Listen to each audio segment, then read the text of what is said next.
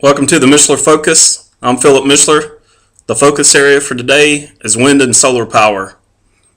Why do I love wind and solar power? It's simply long-term viability.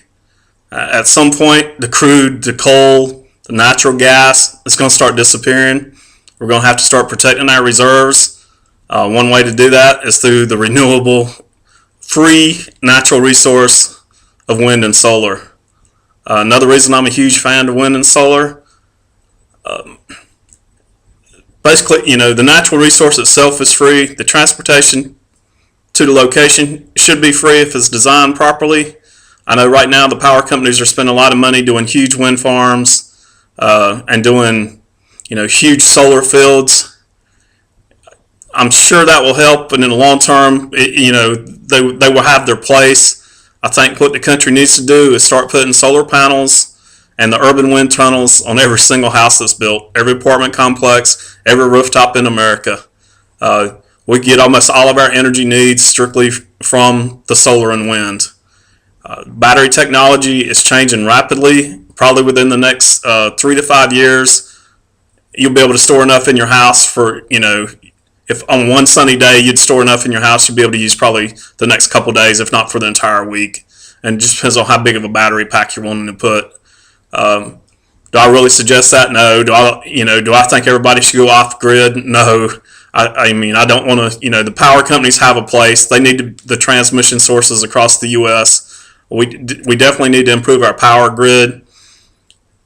But as part of a smart power grid, every house could individually become a part of the grid. That way, when you're not using much, it can be sending out to others. Have some way to put the requirements on the batteries, so can't take them below X minutes or something like that. But or X number of days, or have one battery pack simply for the grid, one battery pack for your house, or something like that. But have it designed. The technology's there. I don't know how familiar you guys are with it, but if you haven't seen much of the newest technology, go look at Dow Chemicals. They have something called solar shingles. Really, from a distance, you can't tell them from normal roofing shingles. They may be slightly shinier. They're starting to spread across the U.S. now. That's one way. Another way, the solar panels have become less and less expensive. The efficiency on them are getting better and better. I think right now the current mass-produced ones are about 21% efficient, which means the sunlight hitting them, about 21% of it's converted to energy. A lab in Australia has came up with a way to get it to 40%. Huge jumps. I think over time they'll get so that the panels can be extremely efficient. I'll hate to just come up with a number, but I think they will be able to become highly efficient.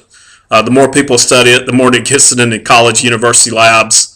Let everybody start thinking about it, and the more it's produced, the more feasible it will be to make bigger changes. I understand there's some very special raw materials that going into the solar panels, but I think at the same time over time that'll be eliminated, and you'll be able to see lab produced type panels made in the mass market. We'll figure some way to get the synthetic materials that can be made to put into the panels. And then wind, why am I so high on wind? I know it's not breezy everywhere, but sometimes in certain areas it does stay breezy. But if you haven't seen them, I think it's called the F1 Urban Turbine, wind turbine or something like that. It's about the size of a DirecTV dish, or DirecTV or dish, the satellite dish they put on top of your house. It's about that size, and I think they'll be able to make them even smaller. It's almost like a windsock, except it's metal and it spins. But I think once you would start putting them on every house, you would get used to seeing them just like you do the satellite dishes. I don't think it'd be a big issue. It's one thing for this to happen in the U.S. I think the HOAs, Homeowners Association, are going to have to start changing some of the rules. We need to be able to allow panels on the front and the back of the house, not just where they're hidden. One thing traveling through Germany, I loved, simply because any new construction, you were seeing the solar panels. It was awesome to drive through their countryside and see the older farms or villages with solar panels all over the place. This is just a portion. Don't get me wrong. I don't think we can't go overnight to solar and wind only, but it will help our long-term solutions, our long-term goals, and become more and more viable. Also, the more solar and wind we get, the easier it'll be to drive a battery-powered car. Now, am I a tree hugger? No. I'm not.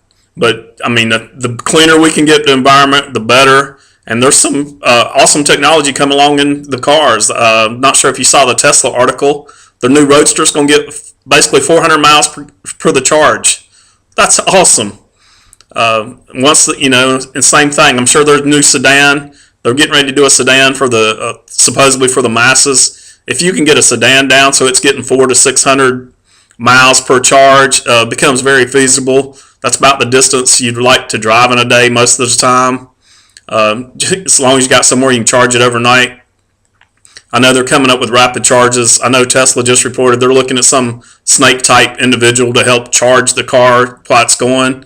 But I'm sort of getting off track now. But that sort of ties into how clean you can make the grid all the way down to your car. So you won't have to go to a gas station, charge it overnight, drive your car. You're getting the solar and wind from your house. There are also some wind turbine applications that have blown my mind. You get a chance to go look at some online that they've made for big buildings. They almost look like hooks or little small tunnels over the side of the building. They actually don't move. Well, they don't appear to move, but I'm sure they're moving some, but it just catches the wind almost like it's coming over the back of your tailgate on your car. It's catching it and using the wind energy to help power the building. It can be done. Solar and wind technology is here. It's going rapidly. I think it's, in the future, I think we should see, and one thing that the government should encourage, and the power company should be on board. I'm really not sure why the power company's not doing it now. It would really slow down what they need for, instead of building a new coal plant, put solar panels on several neighborhoods, things like that. I think there's trade-offs. The power companies could be energetic and work hand in hand with the solar and wind companies. Once again, I think solar and wind's the way to go. This is pretty short, not too much behind it right now, but it's just I love solar and wind. The technology is improving drastically, and within the next few years, I think the batteries will be there, and then it'll become even more viable for every homeowner to get them installed on their house, whether it's through a solar company, through your energy company, or through a wind company. I think wind right now for the individual house is a little further behind than the solar panels are, but it will catch up in the urban turbine. That sounds weird, but I'm pretty sure that was the name of it. But it's an urban wind turbine for your house. The technology's looking very promising. This has been the Mischler Focus. Thanks for watching.